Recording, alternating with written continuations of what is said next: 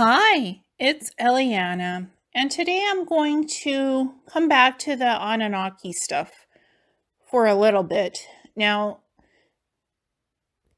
there is a person who continues to go with the Anunnaki story, and they said they were recently in a council meeting and that they had seen Anu presiding over the council meeting, and that Anu presented himself through a holographic interface because he was on another planet, and he looked like the Shining One with glowing energy around him, and that he had an elongated head, bald, being thin, and looking something like a gray hybrid, which, going back to the history, I've been studying the Anunnaki history for the last 4 months now and looking at them from a psychic perspective. Anu never looked like a being with a bald, elongated head. He was not a thin being. Anu was muscular, Anu was tall, and he was not bald with a huge elongated skull looking like a gray being. He did not look like that at all. I have looked at many of the Sumerian tablets and depictions of Anunnaki. They typically are tall beings, whether male or female. They have long hair, typically black hair, green eyes, blue eyes, brown eyes. Sometimes they had blonde hair as well, and their features were humanoid. They had kind of like bronze skin or what looked to be tan skin with muscular bodies. That was what the Anunnaki looked like 450,000 years ago. The humanoid template, physical appearances. That is what their body type was. Physical appearance. A lot of the males had beards. And again, long hair, black hair, blonde hair, typical features for these guys. And for the women, also black hair, sometimes blonde hair or dark brown hair. They did not have bald heads that were cranially sticking out, like elongated heads. They didn't have that appearance, and I don't think they do now. So whatever the perception is of the holographic interface that person saw, going back in history, the Anunnaki don't look like tall grays with elongated skulls. And Anunnaki live for a long time. So Enki is portrayed as this thin stick figure looking person with elongated skulls, bald. Same with Anu. That's not what they looked like before, and I don't think they look like that now. And I don't think that they were actually gathered there in reparations for deciding what to do with Enlil. Enlil opposed the genetic experiments on humans, actually. Enki did a lot of experiments, secretly, genetic stuff. Yes, even Enki was saying, no, I'm not going further than this. I don't want them slaves, da-da-da-da-da. Enki and Enlil both played roles 440,000 years ago in what they did here on Earth. They colonized Earth. They had colonies. They had large motherships that landed here.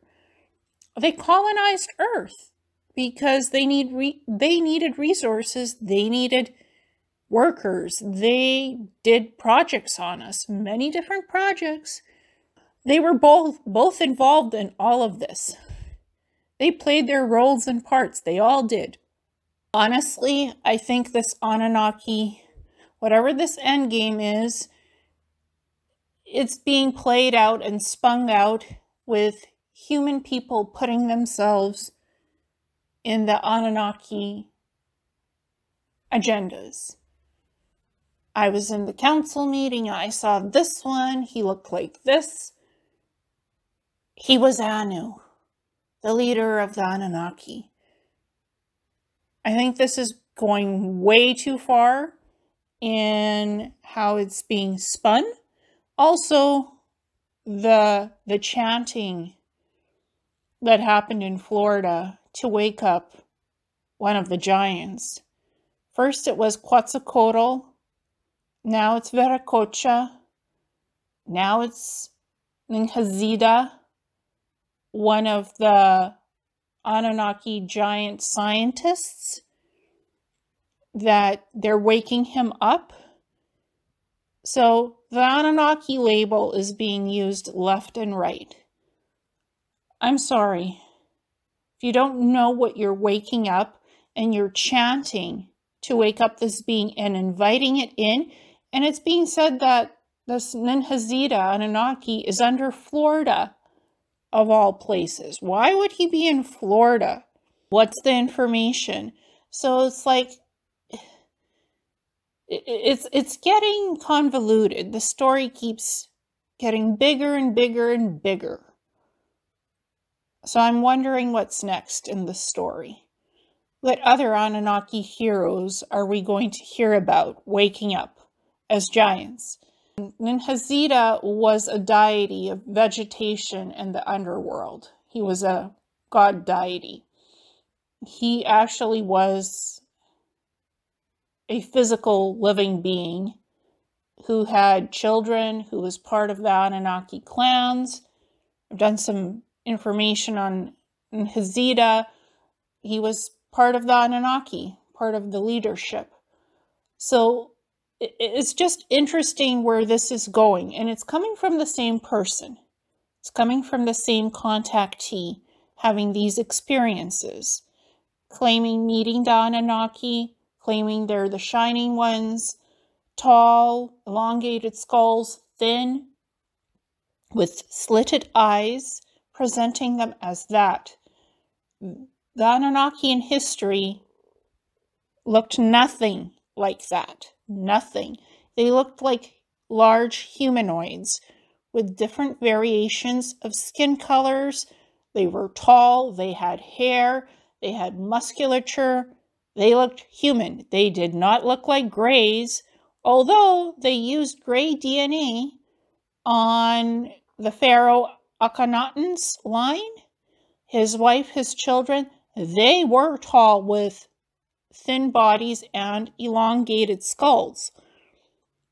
So it's interesting that this individual contactee, an ET experiencer, is drawing the Anunnaki with elongated skulls looking like a humanoid gray hybrid, which they're not.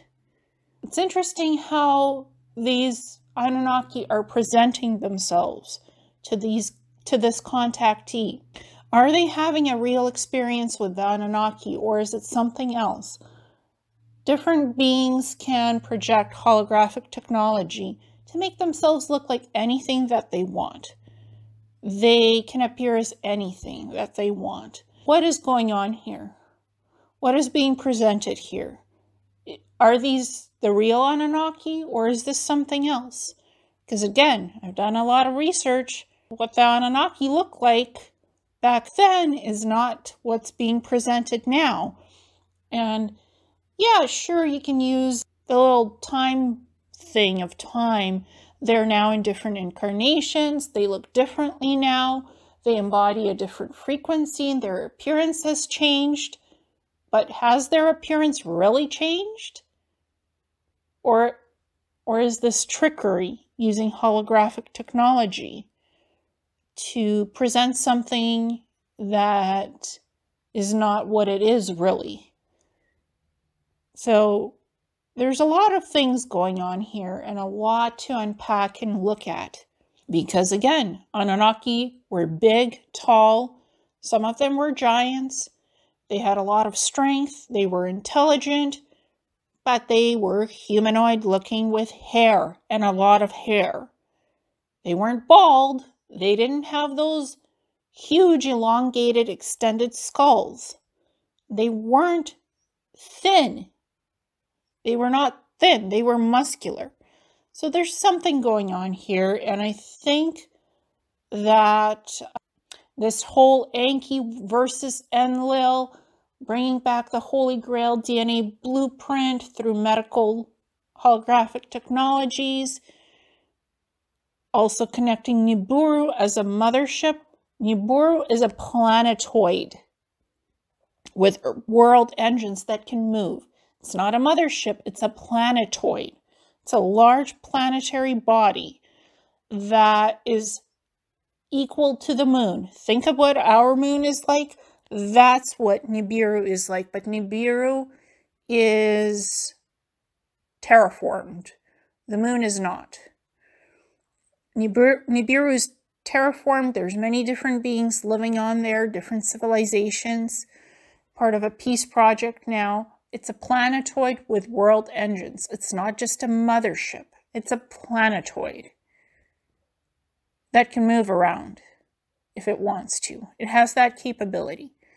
But it's not a mothership. It's a planetoid with many sections on it, with many living habitats of many different living beings, ETs. So that is what Nibiru is. So I thought I'd sort of discuss this all a little bit, and again, what is this really?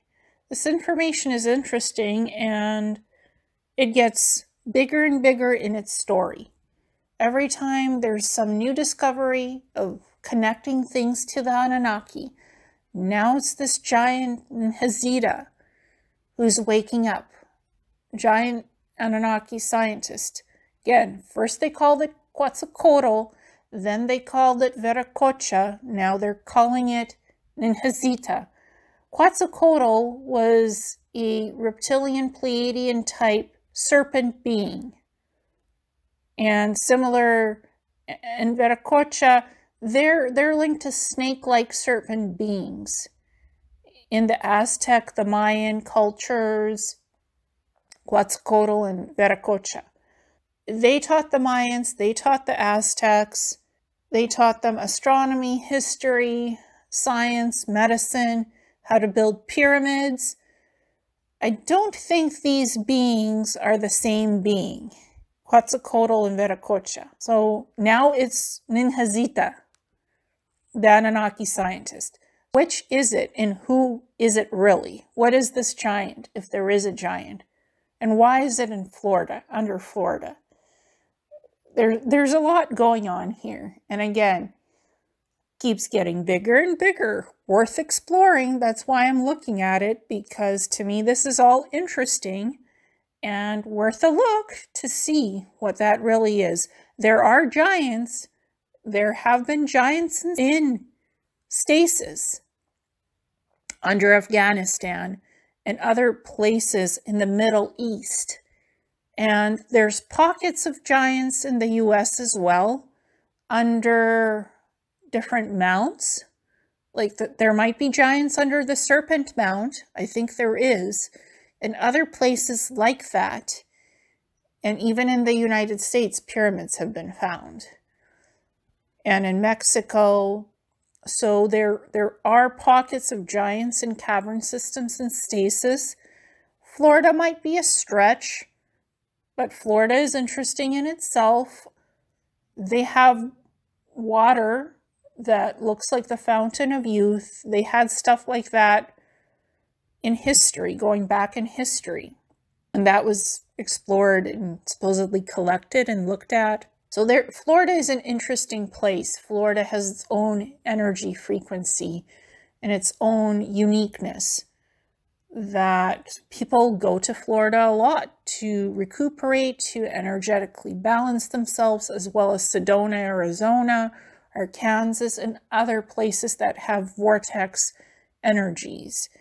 So Florida has its own unique energy field that is worth exploring. Personally, some parts of Florida are very beautiful, and there's a lot of beaches. You can find some of the most exotic shells at those beaches. I like Florida for its shelling, honestly. I watch all the videos of the beaches and the shelling. Those ladies who do those shelling videos are amazing. You can get some of the best shells in Florida. You can walk the beaches in southern Florida, find some of the most beautiful shells out there. Florida is the capital of exotic shells. Worth going to Florida if you're a sheller. You love shells, you like crustaceans, you like the ocean. Southern Florida is amazing. And other parts of Florida, the southern islands, so the 10,000 islands in Florida, amazing for shelling. I know Florida for that. But the giant thing in Florida, that was interesting to hear about that. Whether that's true or not sure. I'm aware of the giants under Afghanistan, for sure, that I've seen, and they're in stasis pods. I've seen giants under Antarctica as well. It's interesting, there are giant beings in stasis. I'm not disputing that in certain places of the world. I think there are also under Serpent Mount in the US, because that's a very protected energy field there. And I might do a little bit of exploration on that later on. The Anunnaki were long-lived. They could technically masquerade themselves as anyone, because they can also change their appearance physically. That was one of their capabilities. So they could have posed as Quetzalcoatl, Viracocha, and Ninhazita could have been a giant. There's so many different variables that could have happened in ancient history. Viracocha trained the Incas that the gold was very important and that gold should be ingested physically as monoatomic gold. Same with the Egyptians. They believed that it preserved their lifespans and extended their lifespans. So there's connections, I think, between the Anunnaki to who Quetzalcoatl, Viracocha, Ninhazita could have been. It's ancient Anunnaki history. I think it's part of it. Not sure if Quetzalcoatl, Viracocha were actually Anunnaki, because there's information that Quetzalcoatl was a blonde-looking Pleiadian man with a beard that had shown himself to the Mesopotamians. So there's a lot of different stuff out there in terms of history and legends. And I'm looking into all of it because it's very interesting to explore and think about. The giant in Florida, again, been called Quetzalcoatl. First it was Quetzalcoatl, then it was Viracocha, now it's Ninhazita. Probably connections to the Anunnaki, worth exploring. So I looked further into it, and there could be connections there, something to think about.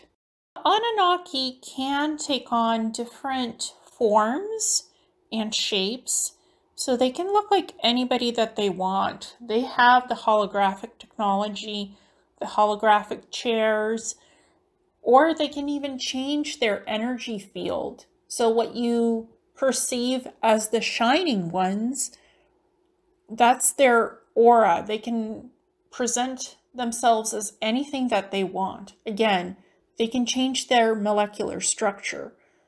They're almost immortal.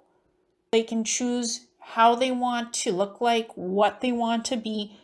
They can choose whether they incarnate physically or not.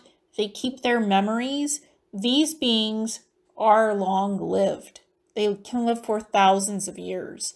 Perception is really what you see them as. It might not be what they really look like. This is what I've learned about different extraterrestrial beings. Sometimes they can present an overlay image to make you comfortable with what you want to see. They can perceive in your mind what you think they should look like, and that's what they'll look like, or they'll choose an image to look like what they want to present to you, either through holographic technology that they have. What somebody said was Anu sitting on the holographic chair and presenting himself as the shining one in this silver-like glowing image of a being with an elongated skull. They can, again, create whatever they want for you to think that they look like, or even create an environment that they put you in. You think it's a mothership when it's a planet, or it's a planet, they make you think it's a mothership.